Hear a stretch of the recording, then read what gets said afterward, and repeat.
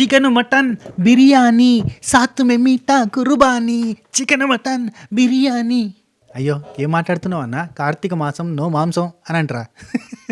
కింద కామెంట్ చేయండి. మనకి మాసాలతో సంబంధం లేదన్న, మాసం ఉండాల్సిందే, ముక్కలేందే ముద్ద దిగదు బ్యాచ్ ఎవరు కింద కామెంట్ చేసే ప్రయత్నం చేయండి. మాసాన్ని పాటిస్తున్న వాళ్ళు ఎంతమంది కూడా చెప్పండి. ఎట్లున్నారు, అంత మంచిదేనా? హ్యాపీ సండే ముందు కదా. అండ్ ఈ వీడియోలో మనం 2 టాపిక్లు డిస్కస్ చేయబోతున్నాం. ఫస్ట్ టాపిక్ వచ్చేసి 3 ప్రోమోల గురించి. ఆ 3 ప్రోమోలలో ఒక ప్రోమో మంచి ఎంటర్టైనింగ్ ప్రోమో, మిగతా 2 ప్రోమోలు మాత్రం లిటరలీ సాటర్డే ఎపిసోడ్ ప్రోమోలు లెక్క ఉన్నాయి, నాకు నచ్చినాయి. సండే ఎపిసోడ్ లెక్క లేదు, సాటర్డే ఎపిసోడ్ ప్రోమో లాగా అనిపించింది. Very nice. అండ్ కాదబ్బా, నాకు బీబీ టీమ్కి ఒక చిన్న రిక్వెస్ట్. చూస్తున్న బీబీ టీమ్ మెంబర్స్ దయచేసి ఏదైతే హైలైటెడ్ ప్రోమో ఉంటుందో ఆ ప్రోమోని ఫస్ట్ వేసే ప్రయత్నం చేయండి. ఇప్పుడు దివ్య వర్సెస్ తనుజ జరిగింది, ఆ పంచాయతీకి సంబంధించి గట్టిగా ఒక 40 నిమిషాలు, గంట సేపు గట్టి వార్ జరిగింది అక్కడ షూటింగ్ స్పాట్లో అని అన్నారు. మరి అందులో నుంచి ఒక ముక్క తీసుకొచ్చి ఫస్ట్ ప్రోమో కింద వేస్తే ఈరోజు రాత్రి రసవత్తరంగా ఉండబోతుంది అని చెప్పి ఎదురు చూస్తూ ఉంటాం కదా. అసలు ప్రోమో అంటే నేను కాదు, కామన్ ఆడియన్స్ అందరూ కూడా అరే ఇవాళ ఏదో ఇంట్రెస్టింగ్ ఉండబోతుందిరా అని చెప్పి చూస్తారు కదా. నిన్న రాము ఎలిమినేషన్కి సంబంధించిన ఆ ప్రోమో, తిన్నా తీరం బడతలే కూసున్నా తీరం బడతలే, ఆ పాట పాడినప్పుడు కళ్ళల్లో చకచక నీళ్ళు గారినాయి, గూస్ బంప్స్ వచ్చినాయి. అటువంటి ప్రోమో ఫస్ట్ వేయాలి. కానీ 7కి 8కి ఎత్తే పొద్దుగాలు ఎత్తే అప్పటి నుంచి చూస్తూ ఉంటారు. అప్పుడు ఏమనిపిస్తుంది, అరే ఇవాళ ఏదో ఇంట్రెస్టింగ్గా జరుగుతుందిరా, పోయి చూడాలరా అనే ఫీలింగ్ తోటి ఉంటారు కదా. అంటే కొంచెం అర్థం చేసుకోర్రి, వివేకంతో ఆలోచించండి, ఆలోచించి ప్రోమోలు ముందుగా వేయండి. ఇవాళ చూడు, పొద్దుగాలనే సండే అంటే ఫన్ డే కాబట్టి పాటలు ఎత్తా, ఆ పాటలలో ఆమె గాజులు ఎన్నున్నాయి, ఆ కలర్ ఏంది, ఈ జుట్టు కలర్ ఏంది అన్న ఎన్నిసార్లు ముద్దులు పెట్టిరు, ఏం సార్ ఇది. సరే ఓకే, సండే కాబట్టి ఓకే, కానీ అంటే దానికంటే బెటర్ ప్రోమోలు ఉన్నప్పుడు ఫస్ట్ వేసుకోవచ్చు కదా అని అంతే. సరే వాళ్ళ ఇష్టం లే, మనం చెప్పేంత టోలమా, కానీ వాళ్ళు తోపులు తురుములు వాళ్ళ మీద బతికేటోళ్ళం, మేమెంత, వాళ్ళు కొండంతా మేము చీమంతా, అంతే రవ్వంతా. సరే నెక్స్ట్, ఇందులో ఒకటి ప్రోమోల గురించి కదా. 2వ టాపిక్ వచ్చేసి నిన్న షూటింగ్ స్పాట్లో అక్కడ ఈ ఓటింగ్ పెట్టారు కదా, అంటే ఆడియన్స్ తోటి ఓట్లు వేయించి ఎవరు హిట్టు ఎవరు ఫట్టు అని. అందులో 100% సుమనన్నకు వచ్చింది కదా. అక్కడ ఒక విషయం జరిగింది. యాక్చువల్లీ సుమనన్నకు 100% రాలే. అక్కడ ఏం జరిగింది, అక్కడ లైవ్లో ఉన్న ఆడియన్స్ ఎవరైతే ఉన్నారో అందులో మనకు తెలిసిన వాళ్ళు ఉన్నారు, వాళ్ళకి నేను కనుక్కుంటే ఆ ఎపిసోడ్లో జరిగిన విషయాలని చాలా చెప్పారు. అందులో భాగంగా మెయిన్గా ఇమాన్యుల్ సంగతి అండ్ తనుజ అండ్ సుమన్ శెట్టి అన్నది, కళ్యాణ్ది, రీతు చౌదరిది కొన్ని విషయాలు తెలిసినాయి. దాంతోపాటు మనకి డిమాండ్ పవన్, రీతు, ఇమాన్యుల్, తనుజ వీళ్ళ మధ్యలో జరిగిన డిస్కషన్స్తో పాటు అండ్ నాగార్జున గారికి రాముకి ఎలిమినేషన్ మధ్యలో జరిగిన దాంట్లో ఒక ఇంపార్టెంట్ టాపిక్ ఒకటి మనకి ఎపిసోడ్లో టెలికాస్ట్ కాలేదు. అక్కడ వాళ్ళు చెప్పిన దాన్ని బట్టి చాలా మంచి పాయింట్. అసలు రాము ఖచ్చితంగా వెళ్ళిపోవడానికి గల కారణం ఏంటో నాకు అర్థమైంది. రెండోది అది ఆ విషయం కూడా మీతో షేర్ చేసుకుంటా. దాంతోపాటు ఇదేంది, రీతు చౌదరి వావ్ అనిపించిందంట. అండ్ తనుజ కళ్యాణ్ మధ్యలో జరిగిన చాలా లెంతీ డిస్కషన్, దగ్గర ఒక 40 నిమిషాల డిస్కషన్. నాగార్జున గారు తనుజ వీడియో చూడమని, తనుజ ఆడియో ప్లే చేస్తాము వినమని ఎంతో రిక్వెస్ట్ చేశారంట. కళ్యాణ్ ఒప్పుకుంటుంది కదా, ఒప్పుకోమని. ఆ 40 నిమిషాల డిస్కషన్స్లో మనకు ఒక 5 మినిట్స్ చేశారు కదా. ఆ డిస్కషన్లో ఆ 40 నిమిషాలలో జరిగిన దానిలో మెయిన్ పాయింట్స్ ఏమున్నాయో మీకు చెప్పే ప్రయత్నం చేస్తా. సో ఇది ఇంట్రెస్టింగ్గా ఉంటుంది, చూసే ప్రయత్నం చేయండి. సో స్టార్ట్ చేసే ముందు లైక్ల గురించి అడుగుతలేను. నేను మీకు ఇప్పుడు ఒక వీడియో ప్లే చేస్తా, ఆ వీడియో చూడండి. ఆ వీడియోలో ఉన్నది ఎవరో కాదు, నా ఫ్రెండ్. ఒకసారి చూడండి. సో మీరు ఈ వీడియో చూసారు కదా, అతని పేరు వెంకట్, కొరియోగ్రాఫర్, చాలా మంచి టాలెంటెడ్ అండ్ టీవీ షోస్లో కూడా, డ్యాన్స్ కాంపిటీషన్స్లో కూడా పార్టిసిపేట్ చేసిన వ్యక్తి. And very busy choreographer for events, సంగీతులు అలాంటివి చాలా చేస్తుంటాడు. అండ్ డ్యాన్స్ స్కూల్ ఉంది, స్టూడెంట్స్ ఉన్నారు. హ్యాపీ లైఫ్ అయినది, చాలా మంచి లైఫ్. వెంకట్ ఆయన పేరు. నా దోస్తే, నాతో పాటు చాలా షోస్ చేసిండు. నేను కూడా స్టేజ్ ఆర్టిస్ట్గా చేస్తుంటే కదా, మనోడు కూడా చేస్తాడు. అతను సంగీతాలు చేస్తుంటే నేను యాంకరింగ్లు కూడా చేస్తుంటే, చాలా కలిసి బాగా మంచి హిట్ ప్రోగ్రామ్ చేసినాం. కానీ దేవుడు అంటే ఇప్పుడు డాన్సర్ అనేటోడికి ఏముంటుంది చెప్పనా, ఒక మాటలు చెప్పాలంటే మనకి స్టైల్ సినిమాలో పాట ఉంటుంది, అందరికీ చేతుల్లో ఉంటుంది గీత, నీకేమో కాళ్ళల్లో ఆ బ్రహ్మరాత. ప్రతి డాన్సర్ది కాళ్ళు లేకపోతే కష్టం. అటువంటి వెంకట్కి రీసెంట్ టైంలో ఆంపుటేషన్ చేయాల్సి వచ్చింది. ఒక యాక్సిడెంట్ వల్ల అతను కాలు తీసేసారు. మీకు ఇక్కడ ఫోటో వేస్తే చూడొచ్చు, కాలు తీసేసారు. మ్యాక్సిమం ఆ కాలుకి సంబంధించి యాక్సిడెంట్ తర్వాత అది కొంచెంగా గ్యాంగ్రీన్ లాగా ఫామ్ అయిపోయి కాలు తీసేసే పరిస్థితికి వచ్చే గ్యాప్లో చాలా ఆపరేషన్లు చేయించిండు. ఆ గ్యాప్లో తనకున్నదంతా అమ్మేసుకున్నాడు. తను కష్టపడి సంపాదించుకున్న ప్రతిదీ, బండి దగ్గర నుంచి ప్రతిదీ అమ్ముకోవాల్సిన సిచ్యువేషన్ వచ్చింది. వాళ్ళ ఇంటి దగ్గర ఉన్న పొలం అమ్మేసుకున్నారు. ఇక్కడ ఉండేది రెంట్కే, ట్రీట్మెంట్కి డబ్బులు, లక్షల రూపాయలు, ఇన్కమ్ లేదు. దాదాపు 7-8 మంత్స్గా తను చాలా సఫర్ అవుతున్నాడు. డాన్సర్స్, ఫ్రెండ్స్ వాళ్ళు వీళ్ళు సపోర్ట్ తోటి ఆపరేషన్స్కి లక్షలలో ఖర్చు, దగ్గర 30 లక్షల వరకు ఖర్చు చేసిండు. కాలు కాపాడుకోలేకపోయాడు, కాలు వెళ్ళిపోయింది. ఇప్పుడు ఒక డాన్సర్, ఒక కొరియోగ్రాఫర్ కాళ్ళు లేకపోతే వాడు చేసేది ఏంది అనేది ఆలోచిస్తేనే నాకు హృదయ విదారకంగా అనిపించింది. నిజంగా లిటరల్లీ నాకు ఏడుపు ఆగలేదు వాడిని చూసినాక, ఆ పొజిషన్‌లో చూసినాక. వాడికి ఇప్పుడు కావాల్సింది ఒక ప్రోస్థెటిక్ లెగ్. లిటరల్లీ తనని చెప్పాలంటే నేను చెప్తున్నా, తనకి ఆ కాలు ఎప్పుడైతే కట్ చేసేసిరో ఆ తర్వాత వాళ్ళ మిసెస్ కూడా వెళ్ళిపోయింది. వాళ్ళ అమ్మ, వాడు ఉంటున్నారు ఇప్పుడు హైదరాబాద్‌లో. వాడికి ఇప్పుడు ప్రోస్థెటిక్ లెగ్ పెట్టాలి. తొడ దగ్గర దాకా కట్ అయింది కాబట్టి వాడికి దగ్గర దగ్గర 3,00,000 రూపాయలు పైనే అవుతుంది అని అన్నారు, అంటే ప్రోస్థెటిక్ లెగ్కి. సో మన ప్రసన్న ఉన్నాడు కదా, మన బిగ్ బాస్ అగ్నిపరీక్ష ప్రసన్న బ్రో, ఆ ప్రసన్న భయ్యాకి నేను కాంటాక్ట్ అయ్యి ఇట్లా మనోడికి కూడా కాంటాక్ట్ చేయించి కొంచెం గుండె ధైర్యాన్ని నింపడానికి. ఎందుకంటే వాడి లెగ్గే వాడికి 2 కాళ్ళే వాడి జీవనాధారం. వాడికి టాలెంటే డ్యాన్స్. అట్లాంటి డాన్స్నే వాడి నుంచి దూరం చేసిన దేవుడు. సో తిరిగి డాన్స్ చేయగలుగుతాడా అంటే క్వశ్చన్ మార్క్. ఎందుకంటే మోకాలు కిందికి అయితే కనుక వాడు డాన్స్ చేయగలిగేటోడు, కానీ మోకాలు పైకి అయిపోయింది కాబట్టి, మరీ తొడ దగ్గరికి అయిపోయింది కాబట్టి చాలా కష్టము. కానీ లేచి నిలబడితే ఏదో ఒక పని చేసుకుంటాడు. కనీసం ఈవెంట్స్ అన్న ఆర్గనైజ్ చేసుకోవడానికో, లేదంటే ఆ డాన్స్ ఇంకా వీడి దగ్గర ఉన్న స్టూడెంట్స్తో డాన్స్ ఇన్స్టిట్యూట్ నడపడానికో ఇంకేదైనా చేసుకొని బతుకుతాడు. కానీ లేచి నిలబడాలి అంటే ఇప్పటికీ స్టిక్స్తో వాకింగ్ ప్రాక్టీస్ చేస్తున్నాడు, 2 స్టిక్స్ పెట్టుకొని. కానీ లేచి నిలబడి వాడు ముందుకు వెళ్ళాలి అంటే వాడికి మన తరపున, మన సబకరైజర్ ఫ్యామిలీ మెంబర్స్ తరపున ఎవరైనా దాతలు ఉంటే ప్రోస్థెటిక్ లెగ్ పెట్టించే అంత, అంటే అది కొంచెం అమౌంట్తో కూడుకుంది కాబట్టి ఎవరైనా పెట్టించే ఉద్దేశం ఉంటే కనుక, ఒకవేళ మీరు ఎఫోర్డబుల్ అయితే కుదిరితే, లేదంటే మీకు తోచినంత సాయం చేస్తే వాడికి అమౌంట్ అంతా కూడా నేను చెప్పిన మా సబకరైజర్ ఫ్యామిలీ మెంబర్స్, మీరు ఎంతోమంది నాన్నకి ఆరోగ్యం బాగాలేనప్పుడు సీను నీకు డబ్బులు కావాలని ఎంతోమంది అడిగారు. నేను వద్దనే చెప్పిన, అందరికీ కూడా వద్దని చెప్పిన, నాకు 1 రూపాయి కూడా వద్దు, నేను నా సాయశక్తిలో నేను ఎంతైతే అంత చేయించే ప్రయత్నం చేస్తానే చెప్పిన. కానీ వీడికి ఇప్పుడు పరిస్థితి అసలు బాగాలేదు, ఎవరు లేరు. అంటే ఉన్నారు కానీ, అంటే ఇప్పుడు వాళ్ళ నాన్న అంత అమౌంట్ లేదు, చాలా చాలా ఇబ్బందికరమైన సిచ్యువేషన్లో ఉన్నాడు. మీకు తోచినంత సాయం చేసినా ఓకే. నేను అతని account details, PhonePe, Google pay number అన్నీ డిస్ప్లే చేస్తా, మీరు చూడండి, మీకు తోచినంత సాయం చేయండి. వాడికి ఒక 3 lakhs అమౌంట్ అయితే కనుక నేను చెప్పిన, అరే వచ్చే అమౌంట్ అంతా క్యాలిక్యులేట్ చేసి చెప్పు, నీ ప్రోస్థెటిక్ లెగ్కి ఎంత అయిందో అంతే. ఆ తర్వాత మాత్రం లేచి నిలబడి నువ్వే వర్క్ చేసుకోవాలి. 1 రూపాయి కూడా అందులోకి వెళ్ళి నీ పర్సనల్ యూజ్కో, లేదంటే ఇంటి రెంట్లకు వాటికి కూడా వాడేది లేదు చెప్తున్నా. దానికోసం నువ్వు వర్క్ ఏదోటి, నువ్వు ప్రోస్థెటిక్ లెగ్తో నువ్వు లేచి నిలబడాలి. ఆ తర్వాత నువ్వు నీ కష్టం నువ్వు చేసుకోవాలి. మన ఇద్దరం కలిసి ఈవెంట్లు కూడా చేద్దాం అని చెప్పిన. యాజ్ ఎ ఫ్రెండ్గా నేను ధైర్యం చెప్పిన. ఆయన ప్రసన్న బ్రోతో కూడా మోటివేట్ చేయించిన. ప్రసన్న అయితే కరెక్ట్గా చెప్పగలుగుతాడు, ఎందుకంటే హీ ఈజ్ ద అచీవర్. అతనితోటే నేను కాల్ చేయించి మాట్లాడించి అతనితో ధైర్యం చెప్పించిన. వాళ్ళు ఇప్పుడు కాంటాక్ట్లో ఉన్నారు. చెప్పిండు ప్రసన్న, నేను మెంటల్గా నీకు ఘోరంగా సపోర్ట్ ఉంటా, నువ్వు లైఫ్లో నువ్వు ఒక ఆర్టిస్ట్వి, నువ్వు లైఫ్లో అచీవ్ చేసేది ఇంకా చాలా ఉంది అని మంచి మోటివేషన్ కూడా ఇచ్చిండు. సో మీ తరపున, మన తరపున ఎంత వీలైతే అంత, నేను కూడా ఒక ఈవెంట్ చేస్తున్న వాడి కోసం చేసింది, ఆ అమౌంట్ కూడా నేను వాడికే ఇచ్చేస్తా. సో ఇలా నేను ఎంత చేయాలో అంత చేసే ప్రయత్నం చేస్తాను. మీకు వీలైనంత చేసే ప్రయత్నం చేయండి. అదంతా కలిపి వాడు ప్రోస్థెటిక్ లెగ్ తోటి వాడు లేచి నిలబడితే, ఆ రోజు నేను వాడు లేచి నిలబడిన తర్వాత ప్రోస్థెటిక్ లెగ్ తోటి వీడియో తీయించి నేను మీకు మనందరికీ, మన సబకరైజర్ ఫ్యామిలీ మెంబర్స్ అందరికీ పోస్ట్ చేస్తాను. వాడు మళ్ళీ పని చేసుకోవాలి, మంచిగా బతకాలని కోరుకుంటున్నా. యాజ్ అన్ ఆర్టిస్ట్, తోటి ఆర్టిస్ట్కి అంటే లెగ్సే కదా వాడికి కావాల్సింది, అది సాయం చేస్తారని ఆశిస్తున్నా.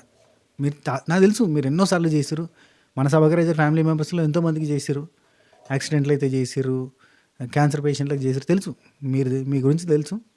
సో చూడండి, వీలైనంత నేను అకౌంట్ నెంబర్కి డీటెయిల్స్ అన్నీ కూడా మెన్షన్ చేసే ప్రయత్నం చేస్తా. ఓకేనా? యా, కంటిన్యూ చేద్దాం. అది నేను చెప్దాం అనుకుంటున్నా, 3-4 days నుంచి చెప్దాం అనుకుంటున్నా, కానీ వాడు వీడియో కూడా పెట్టి చెప్దామని ఆగిన, అంతే. రైట్, ఇక మనం ఫస్ట్ నిన్న జరిగిన షూటింగ్ దానిలో గురించి ముచ్చట్లన్నీ ఫస్ట్ చెప్పేస్తా. అటెన్గా నేను ప్రోమోస్ గురించి మాట్లాడతా.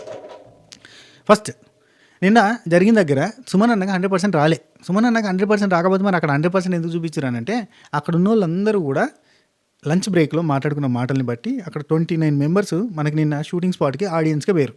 29 members చేతిలో రిమోట్స్ ఉన్నాయి. 29 membersలో జస్ట్ 4 members మాత్రమే సుమన్ అన్నకు ఓటేసారు. ఎస్ ఆర్ నో ఉంటుంది అంతే. అక్కడ ఎస్ ఆర్ నో అంటే థంబ్ అప్, థంబ్ డౌన్ ఉంటుంది, ఎస్ ఆర్ నో కొట్టాలి. సో 4 మాత్రమే సుమన్ అన్నకు ఓట్ చేశారు. 4 ఓటింగ్ మాత్రమే అక్కడ కన్సిడర్ అయింది, మిగతాది కన్సిడర్ కాలే. అంటే అక్కడ పేరు చెప్పిన తర్వాత 2 minutes తర్వాత ఆ లైన్ ఓపెన్ అయింది, అంటే అప్పుడు క్లిక్ చేయాలంటే. కానీ అది ఒక టెక్నికల్ ప్రాబ్లం తోటి అందరి రిమోట్లు ఆ టైంకి వర్కౌట్ కాలేదు. కరెక్ట్గా 4 members ఓట్ చేసిరు, 4 members ఎస్ కొట్టిరు. ఆ 4 members ఓటింగే మనం 100%గా చూపించారు. అయితే ఫస్టే సుమన్ అన్నని అడిగారు. కానీ మనకు టెలికాస్ట్‌లో ఫస్ట్ భరణి అన్నది, ఆ తర్వాత సుమన్ అన్నది చూపిచ్చారు. సో, సుమన్ అన్న టైంకి అక్కడ పడ్డ ఓటింగ్ 100% కాదు. Just 4 members. ఆ 29 మెంబర్సే మొత్తం తెలంగాణ, ఆంధ్రప్రదేశ్ అంతా రిప్రజెంట్ చేస్తున్నారంటే అది కూడా కాదు. ఎందుకంటే చాలామంది బిగ్ బాస్‌కి బాగా ఇంట్రెస్ట్ ఉన్నోళ్ళు, లేదంటే తనుజ ఫ్యాన్సో, లేదంటే ఒక కంటెస్టెంట్ ఫ్యాన్సో లోపలికి పోతారు కాబట్టి అది 100% జడ్జ్‌మెంట్ కాదు. అది ఫస్ట్ థింగ్. అండ్ అక్కడ జరిగిన టెక్నికల్ గ్లిచ్ గురించి కూడా మీకు చెప్తున్నా. అరే మళ్ళీ తీసుకోవచ్చు కదంటే తీసుకోలేదంట.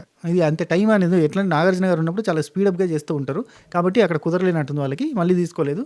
100% అని ఇచ్చారు. కానీ దీనివల్ల ఆట మీద ఎఫెక్ట్ పడుతుంది కదా! సుమనన్న తోపా అమ్మో ఆయన్నేనా, ఆయనకే 100% వచ్చిందంటే ఆయనే తోపు, ఇంక మనంతా వేస్ట్ అన్న సెన్స్‌లోకి పోతారు కదంటే పోతారు ఖచ్చితంగా.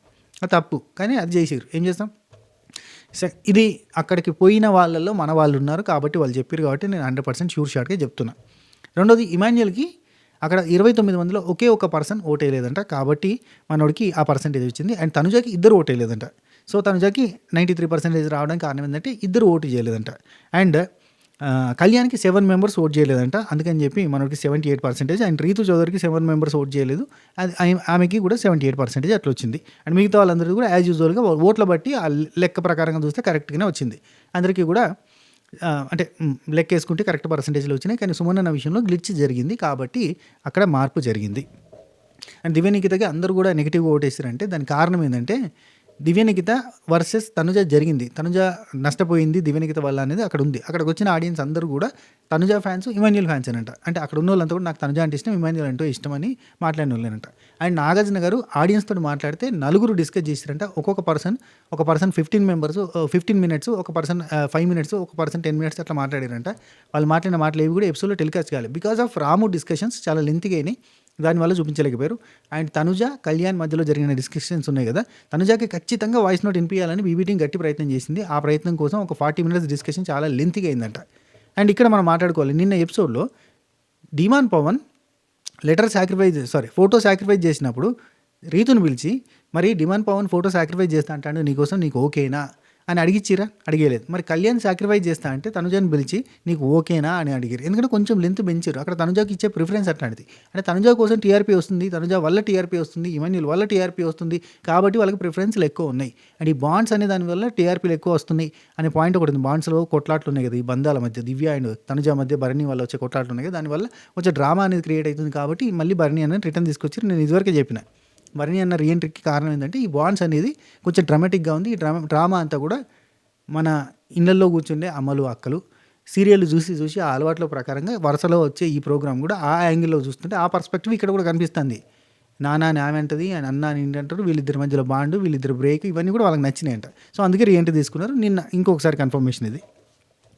సో ఇక్కడ రాము దగ్గర డిస్కషన్ చాలా లెంత్గా అయింది. అందుకే ఈ ఆడియన్స్ అడిగిన క్వశ్చన్స్ ఆడియన్స్ చెప్పిన ఆన్సర్స్ ఏవి చూపించలేదు. అందులో ఆడియన్స్ చెప్పింది ఏంటంటే ఇమాన్యుయల్ సూపర్గా ఆడుతున్నాడు, కాకపోతే రైవల్రీ పెట్టుకోవట్లేదు. రైవల్రీ పెట్టుకుంటే బాగుంటుంది, ఆ రైవల్రీ లేదు. అండ్ నామినేషన్లోకి వస్తలేడు, చాలా సేఫ్గా ఆడుతున్నట్టు కనిపిస్తుంది దానివల్లనే. కానీ ఆట మాత్రం సూపర్గా ఆడేది ఇమాన్యుయలే, కాకపోతే ఇమాన్యుయల్ ఇది ఒకటి లేదు అనే పాయింట్.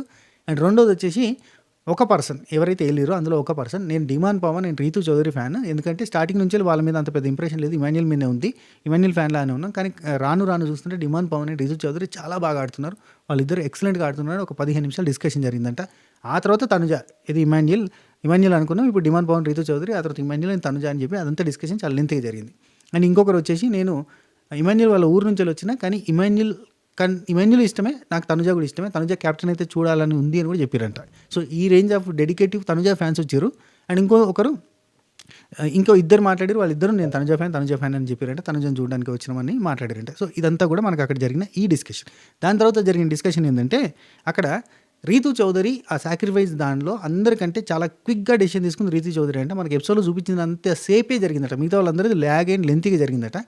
ఆలోచించుకొని చెప్తానడం, లేదంటే డిస్కషన్ చేయడం, పాయింట్స్ మాట్లాడుకోవడం, ఇట్లాంటివన్నీ జరిగినాయంట. కానీ ఓన్లీ రీతు చౌదరి వచ్చింది, డ్రెస్ చూసి వాళ్ళ నాన్న షర్ట్ చూసి నాకు కావాలనేది పట్టుకొని వెళ్ళిపోయిందంటే, శారీ సాక్రిఫైస్ అన్నదంటే సంజనాకి కూడా చాలా లైట్ తీసుకుందంటే ఏమనలేదట. నో ఓకే అమ్మ, ఎందుకంటే మీ నాన్న లేరు కాబట్టి నీకు అది వస్తే నీకు చాలా హ్యాపీగా అనిపిస్తుంది తెలుసు అని చెప్పి ఆమె కూడా యాక్సెప్ట్ చేసింది. సో అదొక డిస్కషన్ జరిగిందట. అండ్ మిగతా డిస్కషన్స్ అన్ని లెంత్గా జరిగినాయట. ఎస్పెషల్లీ తనుజ డిస్కషన్ చాలా లెంత్గా జరిగిందట. కళ్యాణ్ సాక్రిఫైస్ చేస్తాడు, నిఖిల్ని నామినేట్ చేస్తే 2 వీక్స్ డైరెక్ట్ నిఖిల్ నామినేషన్లోకి పంపిస్తే కనుక నీకు చికెన్ మటన్ వస్తుంది అంటే వద్దన్న కళ్యాణ్. ఆ తర్వాత నువ్వు నామినేట్ అయితే తనకు వాయిస్ నోట్ వస్తుంది అంటే డన్, ఆల్రెడీ నేను తనుజాకి చెప్పిన, నిన్ను డైరెక్ట్ నామినేషన్‌లోకి పంపిస్తే తనకు వాయిస్ నోట్ వస్తదంటే తను వద్దన్నది అని చెప్పి ఇద్దరిని పిలిచి ఇక్కడ నిలబెట్టి అంతా డ్రామా చేశారు కదా! అది రీతు చౌదరి విషయంలో ఎందుకు చేయలేదు అనంటే తనుజకి ఆ ప్రిఫరెన్స్ ఉందంతే. మీరు ఏమని అనండబ్బా!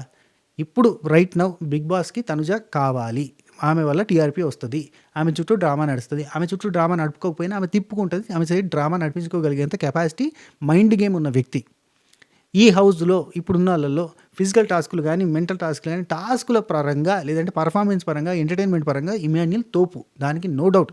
ఇంక ఎవరెన్ని చెప్పినా. ఫిజికల్ టాస్కుల పరంగా ఓన్లీ ఫిజికల్ టాస్కులలో ఎఫర్ట్స్, ఎనర్జీ పెట్టే దాంట్లో అండ్ గుడ్ మేనర్‌లో ధీమాన్ పవన్ తోపు. పాయింట్స్ పెట్టి వాదించడంలో గట్టిగా ఎవడు ఆపోజిట్లో ఎంత గట్టి పాయింట్ పెట్టినా దాన్ని ఆపోజిట్‌గా గట్టిగా మాట్లాడే కెపాసిటీ ఉన్న వ్యక్తి ఎవరంటే పాయింట్స్‌తో కొట్టగలిగే వ్యక్తి రీతు చౌదరి. ఏమి ఉన్నా లేకపోయినా ఎమోషనల్‌గా అందరిని పిండించి అసలు ఏమి చేసినా గానీ హైలైట్ అని చెప్పించుకోగలిగే కెపాసిటీ అండ్ ఎందుకు ఓటేస్తున్నామో తెలవకుండా ఆయన ఓటేసేంత ఓటు రప్పించుకోగలిగేంత కెపాసిటీ ఉన్న వ్యక్తి సుమన్ శెట్టి. అండ్ వీళ్ళందరితో కూడా కలిపి గేమ్ ఆడగలిగే వ్యక్తి మైండ్ గేమ్. ఎవ్వరు ఆపోజిట్లో స్ట్రాంగ్ ఉన్నా ఆ స్ట్రాంగ్ పర్సన్‌ని ఫ్రెండ్ చేసుకుంటారు ఫస్ట్. దోస్తానా చేసేస్తది. ఆళ్ళతోటి కొట్లాడినా గానీ ఎమ్మటే వాళ్ళని క్లోజ్ చేసుకోగలుగుతది. ఎంత స్ట్రాంగ్ కంటెస్టెంట్ అయినా ఆపోజిట్‌గా నిలబడితే నువ్వా నేనా అని ఉంటది. ఆపోజిట్‌గా నిలబెట్టుకోకుండా నా సైడ్ వచ్చి నిలబెట్టేలాగా అంటే తన సైడ్ తిప్పుకునేలాగా ప్లాన్ చేసుకునే వ్యక్తి తనుజ. అది తన మైండ్ గేమ్. తను గేమ్ ఆడతలేదంటే గేమ్ ఆడుతుంది. తను ఆడేది మైండ్ గేమ్. అందరి మైండ్స్‌ని రీడ్ చేసి అందరి మైండ్స్‌ని ఆవాహయామి చేసుకునే కెపాసిటీ ఉన్న పర్సన్. అది ఏడుస్తదా ఆమె అంటే ఐ మీన్ అది ఇన్ ద సెన్స్ నేననేది ఆమెని కాదు. అంటే చేసే ప్రాసెస్ ఏందంటే ఏడుపా, బాధ, అలక ఇంకా ఏదైనా ప్రాసెస్ చేస్తుందా తను అవన్నీ పక్కన పెడితే అక్కడ ఏది సబ్జెక్ట్ అది ఏదని కాదు. అవతల వ్యక్తిని తన సైడు తిప్పుకుంటది. అది తన కెపాసిటీ. ఇప్పుడు డిమాండ్ పవన్ కూడా తనతోటి ఫ్రెండ్‌షిప్ చేస్తున్నాడు. అట్లా ప్రతి ఒక్కరిని తన సైడ్ తిప్పుకోగలిగేంత వ్యక్తి. తను విన్నర్ క్వాలిటీస్ ఉన్న కంటెస్టెంట్ అయితే ఫస్ట్ తనని ఫ్రెండ్ చేసుకుంటది. నిఖిల్ సేమ్ పోయినసారి నిఖిల్ మలయక్కలు చేసింది కూడా ఇదే సేమ్ ప్రాసెస్. ఎంత స్ట్రాంగ్ కంటెస్టెంట్ అయినా ఫస్ట్ తనని ఫ్రెండ్ చేసుకుంటాడు. ఫ్రెండ్‌ని, బ్రదర్‌ని చేసుకొని పక్కన పెడతాడు. నువ్వు నా బ్రదర్‌రా అంటే ఇప్పుడు అయిపోద్ది. అతను రైవల్రీ పెట్టుకోకపోతే అతను విన్నర్ కంటెస్టెంట్‌గా పోడు. లైక్ దట్ అలా జరుగుతూ ఉంటదనమాట ఇది. సో, తనుజాకి ఎట్లయినా ఆ వాయిస్ నోట్ వినిపించాలని చాలా గట్టి ప్రయత్నం చేసినా, ఎన్నిసార్లు అడిగినా తనుజ నో అన్నదట. ఆఖరికి ఒప్పుకున్నదట. ఒప్పుకున్న తర్వాత మళ్ళీ కొద్దిసేపటికి నాకు వద్దు అని చెప్పి మళ్ళీ ఒక 20 నిమిషాలు డిస్కషన్ జరిగింది. ఆ 20 నిమిషాలలో తను చెప్పిన పాయింట్స్ ఏందంటే, ఇఫ్ ఇన్ కేస్ రోజులు బాగుండయి. ఎప్పుడు ఏం జరుగుతుందో తెలవదు. ఒక్కరోజు చాలు నీ గ్రాఫ్ పడిపోవడానికి. గ్రాఫ్ పడిపోయి నువ్వు ఎలిమినేట్ అయినావనుకో, నా కోసం సాక్రిఫైస్ చేసి నువ్వు ఎలిమినేట్ అయితే చాలా బాధగా అనిపిస్తది నాకు. అట్లా వద్దు అని చెప్పిందంటే వెరీ నైస్. మంచి గుడ్ క్వాలిటీ, గుడ్ మేనర్, కరెక్ట్‌గానే ఆలోచించింది, కరెక్ట్‌గానే చేసింది. అండ్ కళ్యాణ్ అయితే లిటరల్లీ చెప్పిండట. కళ్యాణ్ ఒకటే మాట అన్నాడంట. అది మనకు టెలికాస్ట్ చేయలేదు.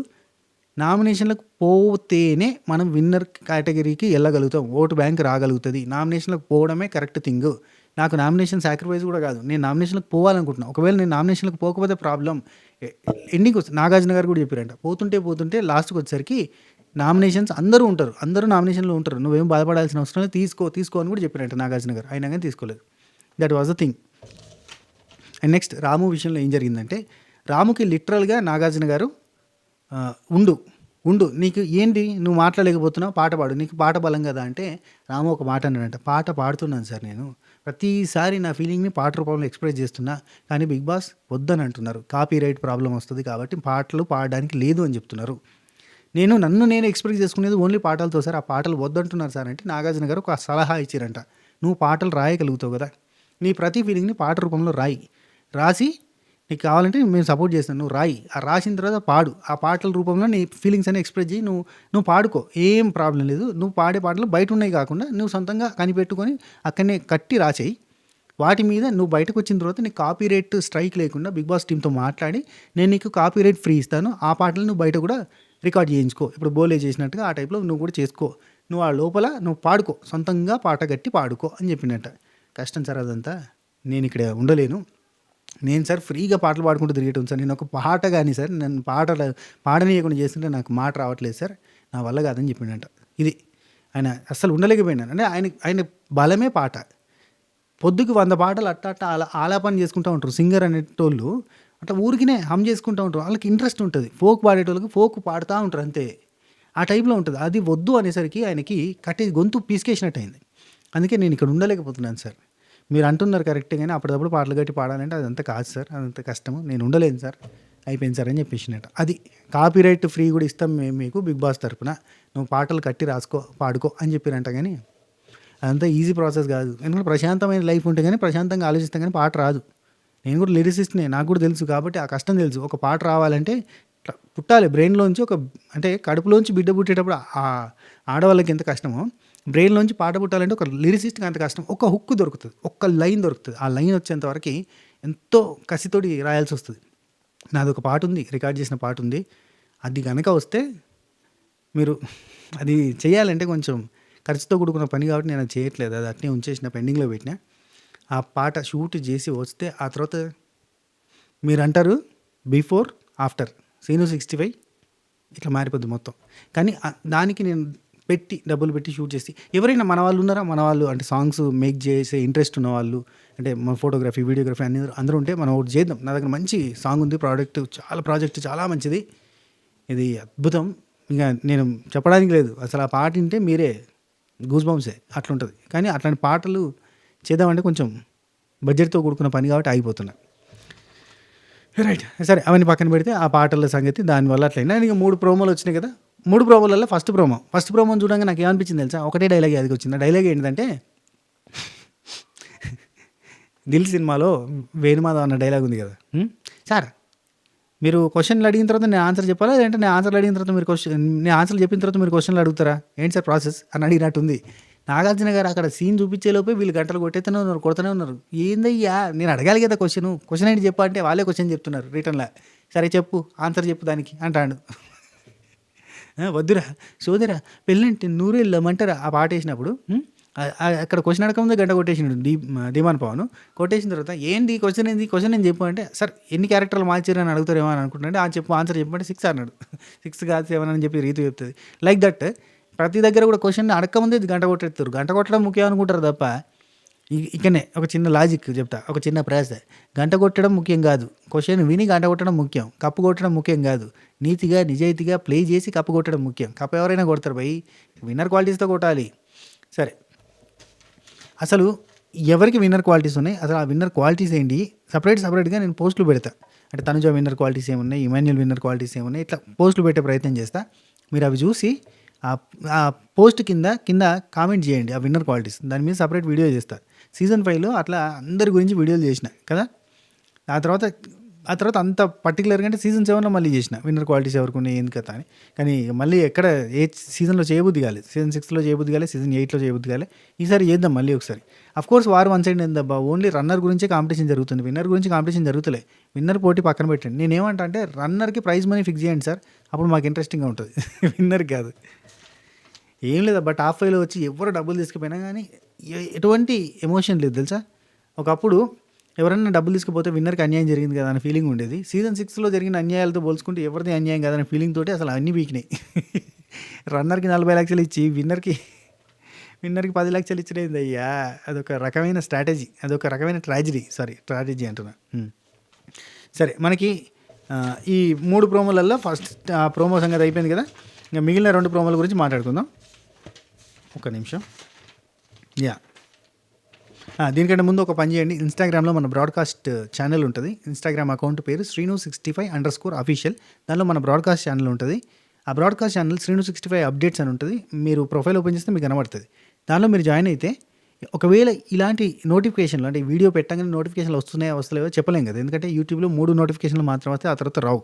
సో ఇప్పుడు ఇన్స్టాగ్రామ్ బ్రాడ్కాస్ట్ ఛానల్లో జాయిన్ అయితే ఏంటంటే మనకి అన్లిమిటెడ్ నోటిఫికేషన్. దానిలో నేను మెసేజ్ లెక్క పెడతా, మీకు మెసేజ్ లెక్క వస్తుంది కాబట్టి చూసుకొని వీడియో చూడొచ్చు. అది ఒక 24 అవర్సే ఉంటుంది ఆ మెసేజ్. అంటే ఆ పెట్టిన లింక్ 24 అవర్స్ వరకు ఉంటుంది, మీరు చూసుకోవచ్చు. అండ్ అందులో ఇప్పటికీ మనకు 10,000 మంది జాయిన్ అయ్యారు. Thank you so much. Love you for your support. Literally step by step అంటే అమాంతం మనం ఆదిరెడ్డి లెక్క పెరిగిపోవడానికి లేదు ఇప్పుడు. ఎందుకంటే ఆదిరెడ్డిని టచ్ చేసేంత లేదు. ఎందుకంటే ఆయనకు దగ్గర 10 లక్షల మంది 9 లక్షల మంది సబ్స్క్రైబర్లు, 2.5 లక్షలు 3 లక్షల మంది బ్రాడ్కాస్ట్ ఛానల్లో ఉండేటోళ్ళు. కాబట్టి ఆ బ్రాడ్కాస్ట్ ఛానల్లో ఉండేటోళ్ళందరికీ నోటిఫికేషన్ పోతాయి, అంత బాగానే ఉంటుంది. కానీ మనలాంటి వాళ్ళకి ఏంటంటే గ్రోయింగ్ అప్ వాళ్ళకి మనకి ఇప్పుడు ఒక 10,000 మంది అందులో ఉన్నారు, ఇంకొంచెం మంది జాయిన్ అయితే బాగుంటుంది. అంటే మీకు ఒకవేళ మన వీడియోలు ఇంట్రెస్టింగ్ అనిపిస్తే మీరు అందులో వచ్చి జాయిన్ అయితే ఏంటంటే నోటిఫికేషన్లు ఇక్కడ రావు కదా, అక్కడ వచ్చేస్తాయి అన్నట్టు చూసుకోవచ్చు. చూసి వీడియో చూడొచ్చు. ఇంట్రెస్ట్ ఉన్న వాళ్ళంతా కూడా చేయండి. అండ్ అట్నే మన ఇన్స్టాగ్రామ్ అకౌంట్ కూడా 25,000 మంది అయ్యారయ్యా. ఈ సీజన్లో ఒక 5,000 మంది పెరిగారు. థ్యాంక్ యూ, సంతోషం. ఏం చేస్తుంది మనం మెల్లమెల్లగానే ఇక తాబేలు పోరాటం అన్నట్టుగా పోతుంది ముందరికి. కొంచెం మీరు అందరూ ఎంకరేజ్ చేస్తే ఇంకా ముందుకు పోతుంది. రైట్. ఈ ఛానల్ కూడా 120,000 మంది అయ్యారు. 2 లక్షల మంది సబ్స్క్రైబర్ ఫ్యామిలీ మెంబర్స్ కావాలి అన్న కసితోటి పట్టుదలతోటి మనం గట్టిగా కష్టపడినాం, అయినా కానీ ముందుకు పోతలేదు. మరి ఎందుకో సబ్స్క్రైబ్ చేయడానికి మరి ఇబ్బంది ఫీల్ అవుతున్నారు. మరి చాలామంది కొత్త ఆడియన్స్‌కి చేరుతలేదేమో వీడియో అన్న ఫీలింగ్ ఉంది. కాబట్టి మీరందరూ లైకులు, హైపులు ఇస్తే కొత్త ఆడియన్స్‌కి చేరుతది. కొత్త వాళ్ళకి కూడా మనం ఉన్నామని తెలవాలి గదా! అది. 10,00,000 మంది 'బిగ్ బాస్' రివ్యూ చూసే వాళ్ళున్నారు. అందులో మనం కనీసం ఉన్న 1,00,000 మంది కన్నా రీచ్ అయితే బాగుంటది. కనీసం ఆ వీడియో నోటిఫికేషన్ రావాలి. కాబట్టి లైకులు కొట్టండి. ఎక్కువ మందికి కొత్త వాళ్ళకి రీచ్ అయితది. ఇది మీరు చేసే సపోర్ట్.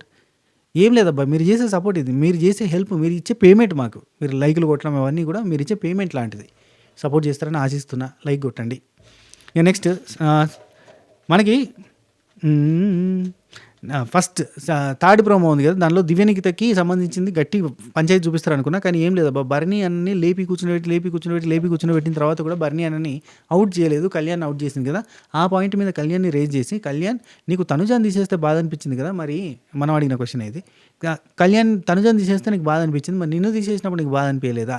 అండ్ అక్కడ బర్నీ నీకు లిటరలీ సేవ్ చేద్దాం అన్న కాన్సెప్ట్ తోటి చేసింది. అసలు నీకేమనిపించింది అని చెప్పి దివ్య విషయంలో లేపి దివ్యకి గట్టి క్లాస్ బీకారు నాగార్జున సార్. సాటర్డే ఎపిసోడ్ లాంటిది అనుకోండి, ఇది సండే కాదు, సాటర్డే ఎపిసోడ్ లాంటిది.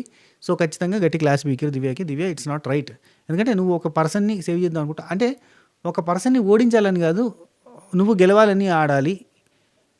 ఆ టైప్లో ఒక డైలాగ్ చెప్పారు. కానీ ఓవరాల్గా అయితే దివ్యానికి గట్టి క్లాస్ పడబోతుంది.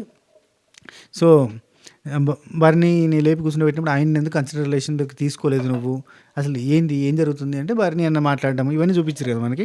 సో దివ్యానికి అయితే గట్టి క్లాస్ ఉండబోతుంది. అండ్ సుమన్ శెట్టి ఇక ఇంకొక ప్రోమో ఉంది కదా, ఆ ప్రోమోలో వచ్చేసరికి మనకి నీట్గా టాప్లో ఎవరున్నారు అంటే ట్రోఫీకి దగ్గరగా ఎవరున్నారు, ట్రోఫీకి దూరంగా ఎవరున్నారు అనే టాపిక్ మాట్లాడుతున్నారు. ఇందులో సుమన్ శెట్టి అన్న టాప్ కింద ఇమాన్యుల్ పెట్టిండు. ఎందుకంటే ఎఫర్ట్స్ లిటరలీ యాక్సెప్టబుల్.